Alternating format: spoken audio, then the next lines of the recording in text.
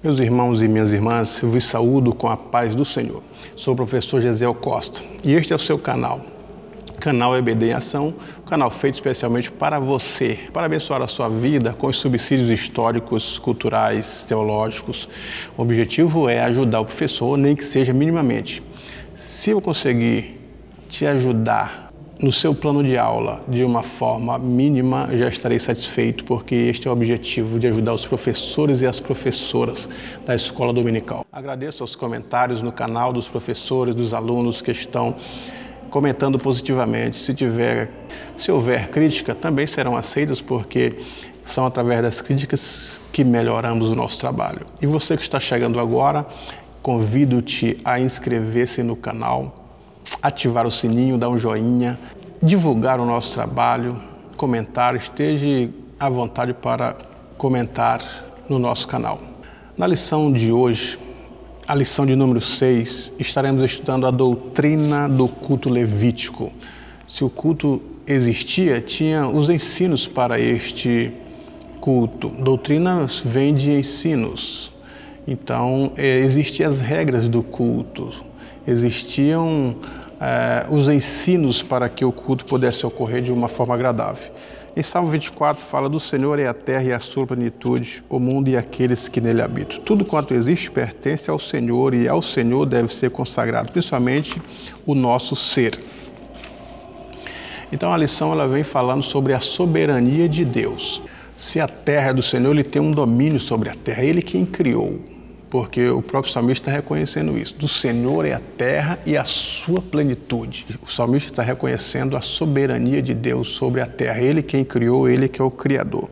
Então aqui nós temos algo revelado, que é o Senhor quem cria, ele é quem faz.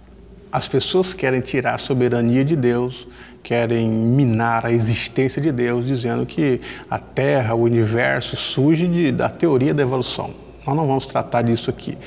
Nós vamos tratar daquilo que a Bíblia coloca como, daquilo que a Bíblia ensina, como todas as coisas foram criadas por Deus. Deus é o Criador. Alguém criou o universo, alguém criou o cosmos.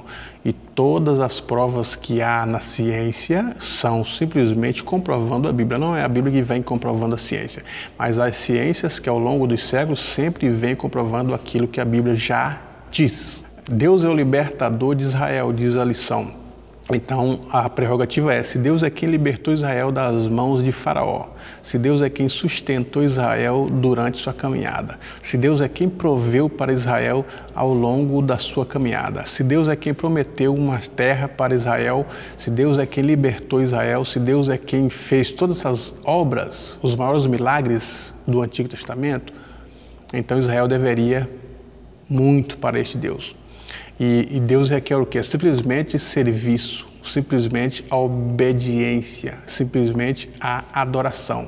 Então, é uma lição para a nossa vida também, este exemplo de Israel. Israel é o templo de Deus, quer dizer, quando Deus mandou Moisés construir o tabernáculo, em Êxodo 25, no final das instruções para arrecadações de oferta, Deus diz assim: me farão um tabernáculo e habitarei no meio deles. Então a nação toda de Israel estava em volta do tabernáculo e Deus habitava no meio. Israel é o templo de Deus. E este sempre foi o desejo de Deus, de morar com o seu povo, de estar com o ser humano que ele criou.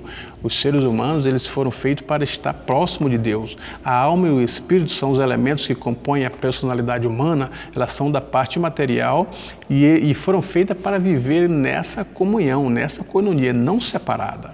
E quando a alma humana, o espírito humano, eles vivem longe do seu Deus, é aquilo que a psicologia chama o vazio existencial.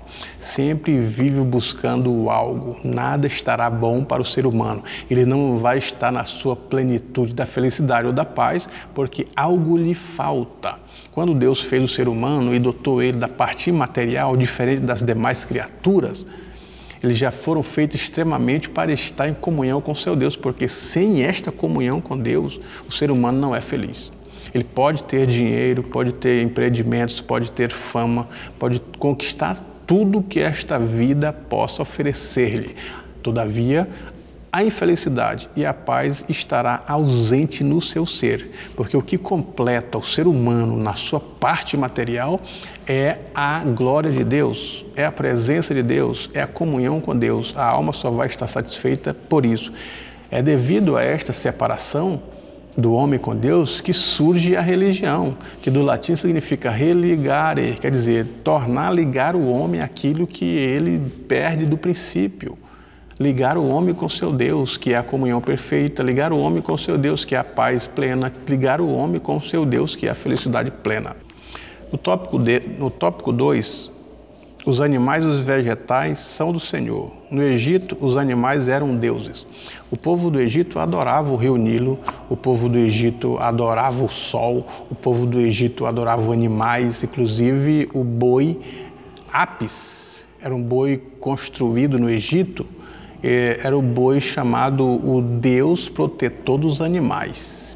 Então, quando Deus mata os animais, ele estava dando lições que o boi Apis nada podia fazer. Israel precisava estar livre deste pensamento, dessas idolatrias com os animais.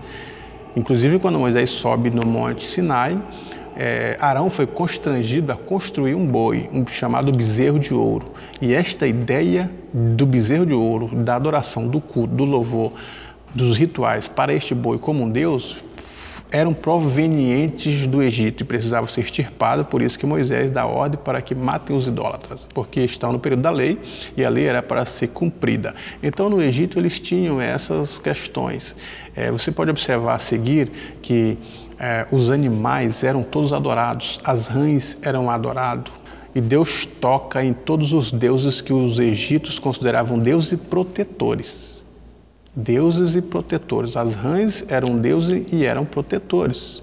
Veja a seguir todos os deuses que foram atingidos com as pragas do Egito. Todas as pragas, elas foram para dizer, esses deuses que os egípcios servem nada fazem. É aquilo que o Salmo 115 diz, eles não ouvem, eles não veem, nem som algum sai da sua garganta. Quer dizer, não podem fazer nada para os que estão adorando.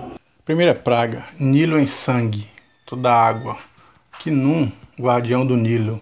Rapi, espírito do Nilo. Osíris, o Nilo era seu sangue. Então nós temos 3 deuses que representavam o Nilo, que eram o guardião do Nilo. Por isso os egípcios adoravam o Nilo, ou tinham o rio Nilo como um deus. E quando Deus transforma as águas do Nilo em sangue, ele estava dizendo que esses deuses, Canum, Rapi, Osíris, nenhum deles guardava as águas do Egito. Segunda praga, a praga das rãs, Rek Hanuket, deusa do nascimento.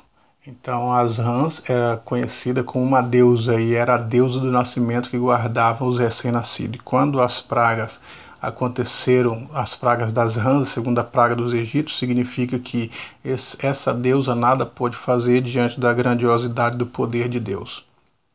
Terceira praga, a praga dos piolhos, que representa o pó da terra. 7 é o deus do deserto. Então, o deus do deserto é quem protegia os egípcios de todas as maldades. Quando as pragas dos piolhos aparecem, feita do pó da terra, conforme Moisés fez, significa que esses deuses do deserto, 7, nada poderia fazer. Eles podiam clamar que não aconteceria nada. Era uma retaliação quanto ao deus dos egípcios chamado 7.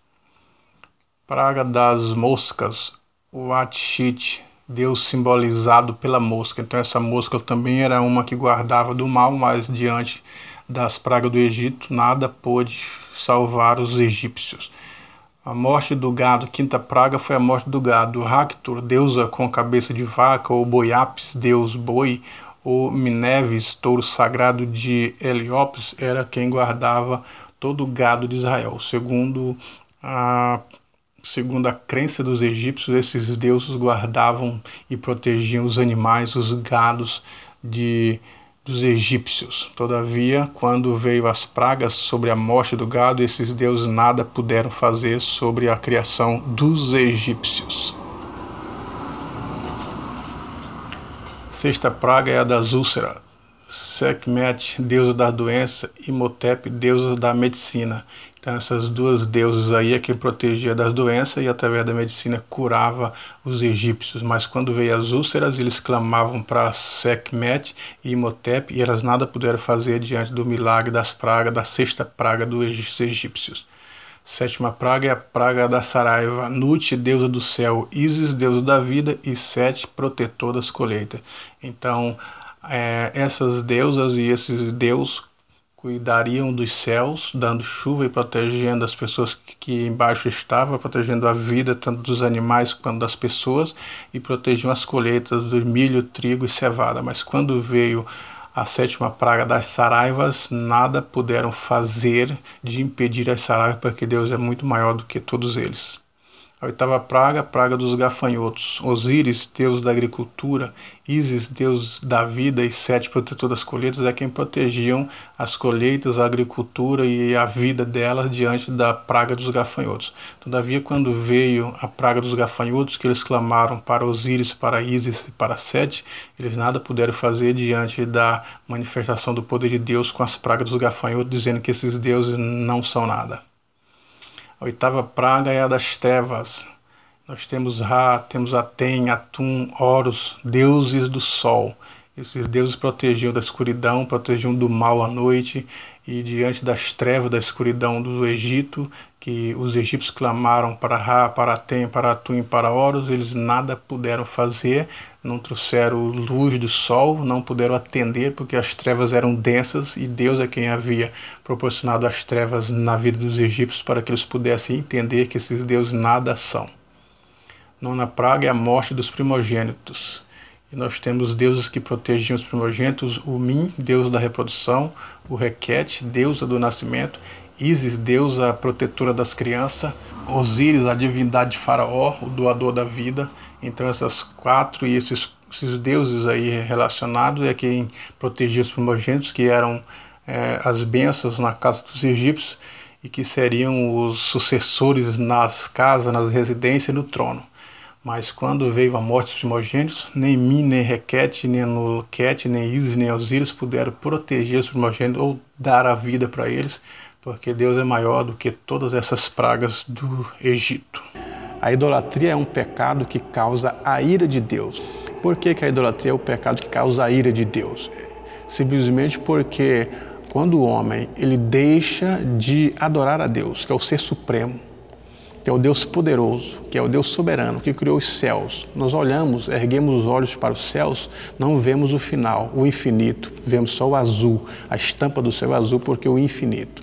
E este ser humano deixa de adorar a Deus, que criou este infinito, que criou o cosmos, e canaliza sua fé para um pedaço de pau, para um pedaço de pedra, para um pedaço de madeira, para um pedaço de gesso. Esse ser humano, ele não está usando a sua inteligência. Ele está deixando de ser sábio, de ser inteligente. Ele poderia simplesmente pensar um pouquinho: peraí, eu vou adorar esse pedaço de pau, esse pedaço de gesso que nada pode fazer, que não ouve, que não vê, mas ele está cego espiritual. Então essa falta de inteligência, essa cegueira aborrece a Deus, causa a ira de Deus. Como pode o ser humano tão inteligente, que cria a espaçonave, que vai para a Lua, que sobrevoa a Terra, que explora o mundo criado, e de repente ele não tem inteligência para adorar a Deus, que é o Criador de tudo que ele possa estar em volta, e vai adorar aquilo que o próprio ser humano cria para ser o seu Criador? Como que eu vou adorar aquilo que eu fabriquei? Como que eu vou pegar um pedaço de pau e fabricá-lo e eu mesmo adorá-lo? Então, o Criador, ele é maior do que a criatura. Nunca a criatura será maior do que o seu Criador. Agora, os homens criam os seus deuses e estas criaturas, para eles, se tornam maior do que eles. Então, isso é uma falta de inteligência, simplesmente, e causa a ira de Deus por esta falta de inteligência. E nós vemos aqui os vegetais e a adoração a Deus. Hoje em dia, dificilmente nós temos pessoas que adoram os vegetais. Possa ser que haja, mas não me lembro. Todavia, nós temos protetores de gama, protetores de terras, protetores de plantas, protetores das matas. E essas pessoas valorizam mais isto do que a própria vida do ser humano. Há pessoas que levantam questões e fazem e levantam fundos para proteger gramas, para proteger plantas, mas ao mesmo tempo eles querem tirar a vida, são favoráveis ao aborto, são favoráveis a uma série de fatores. Quer dizer, a vida humana, em detrimento dessas atitudes, tem menos valor. Faz um alarde com a natureza, faz um alarde com o aquecimento global. Poderíamos falar aqui sobre o aquecimento global, sobre a questão da natureza, da vegetação, das florestas. Eles fazem todo este alarde, mas eu queria te convidar a pesquisar para ver se realmente é tudo isso que eles estão dizendo em relação à natureza. E enquanto a vida humana, por que gastar milhões e bilhões? Por que fazer palestra, fazer alarde? E quanto à vida humana, não levarmos a sério, não fazermos nada para as pessoas? É um contraste aí, é uma inversão de valores. O ser humano é do Senhor, é o terceiro tópico. Aí nós temos aqui a relação da imagem de Deus no homem. O ser humano, ele é a imagem e semelhança do seu Deus. Assim como Deus, ele é onipotente, onisciente, onipresente, o ser humano, ele não é onipotente, mas pode muitas coisas. Ele não é onisciente, mas sabe, aprende, ele pode crescer. O ser humano não é onipresente, o ser humano não é onipresente, ele não pode estar em todos os lugares ao mesmo tempo, mas ele é um ser presente, ele pode ir conhecendo as etapas. É parecido, assim como temos a figura da Trindade, Deus Pai, Deus Filho, Deus Espírito, o ser humano ele é composto de espírito, de alma e de corpo. E também a semelhança na inteligência, a semelhança na criação. E poderíamos continuar falando sobre a imagem e semelhança. O que seria a imagem e a semelhança de Deus no homem? A parte material, ela já diz isso tudo, né? Nós temos a parte material, que é o espírito e é a alma. E o espírito e a alma, eles são imortais, eles entram na eternidade. O espírito e a alma podem entender o mundo transcendente. E é nesse aspecto que nós somos parecidos com Deus. Nós somos imagem e semelhança do nosso Criador. A vida humana, ela é sagrada. Nós devemos olhar para a vida humana. Uma das características de Cristo é que ele olhava para o ser humano com amor. Amava as pessoas não pelo que eles tinham ou poderiam ter, não pela fama, não pelo dinheiro, não pela conta bancária, mas simplesmente porque era humano, porque eram a imagem e semelhança de Deus e precisavam ter uma vida restituída, uma vida restaurada, uma vida santificada. Deus ama o mundo de tal maneira que deu seu Filho, porque observa exatamente isso, a vida humana ela é sagrada.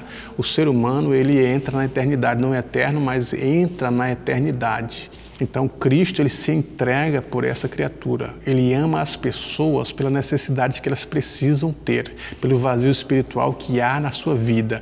Jesus Cristo ama as pessoas exatamente por isso, porque elas são incapazes de por si só chegar a Deus.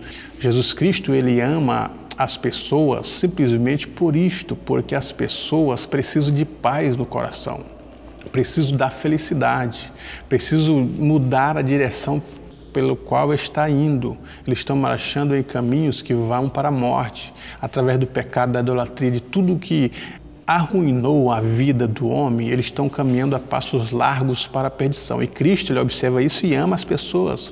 Pessoas que precisam de uma restauração na alma, precisam ter amenizado o seu sofrimento, precisam ter uma esperança, precisam ter a visão espiritual destampada para que observe que existe um Deus superior, um Deus soberano, um Deus que é salvador, um Deus que tem projeto com a humanidade, um Deus que criou o homem, não para viver da forma que vive, na desgraça, no sofrimento, sem esperança, mas um homem e uma mulher que tenham consciência que Deus exista, que Deus ele pode todas as coisas em detrimento do ser humano, que ele quer salvar, quer restaurar, quer encher o ser humano de felicidade, de vida, de alegria, para que ele possa viver ainda nesta vida uma vida feliz, que ele possa desfrutar das bênçãos de Deus, que ele possa ter esperança de morar um dia no céu. E ele se entrega para que o homem tenha exatamente isso. E a nossa missão é exatamente essa, amar as pessoas não pelo que elas têm.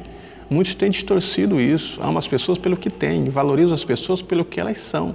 E nós devemos olhar para as pessoas exatamente por isso, não pelo que eles adquiriram, não pelo o que eles conquistaram, mas simplesmente porque são seres humanos, precisam da nossa ajuda, precisam da ajuda espiritual, precisam entender a palavra de Deus, precisam se voltar para Deus, precisam ter os olhos de Deus, precisa ter as visões destampadas, a mente destampada, se voltar para Cristo, olhar para o mundo diferente, entender que o mundo já é do maligno e que eles precisam de Deus, ter os pecados perdoados, ter a vida restaurada, a comunhão restaurada, a vida espiritual ativada novamente para com Deus, sentir Deus, falar com Deus, servir a Deus, obedecer a Deus e olhar para a palavra de Deus e entender os propósitos de Deus para que possam chegar àquilo que Deus planejou, que é o projeto de Deus com a humanidade. Então nós observamos exatamente isso, que o ser humano é servo e adorador de Deus e amar as pessoas como elas são. O objetivo do livro de Levítico é esse, que as pessoas tenham consciência que Deus tem um projeto para elas e que esse projeto o homem abandonou e precisa voltar através do arrependimento, voltar ao projeto divino. E as lições da atualidade, elas nos conscientizam para isto. Deus em Cristo possa te abençoar, professor e professora, e que você possa levar isso para seus alunos, que eles entendam que a doutrina do culto levítico é o valor do homem. Tudo aquilo que Deus criou, o principal motivo é o ser humano. Ele tem um valor, é a imagem de Deus e deve servir a Deus, deve retornar isso a Deus, deve corresponder ao amor divino. Deus em Cristo te abençoe. Tenha uma boa aula, professor e professora.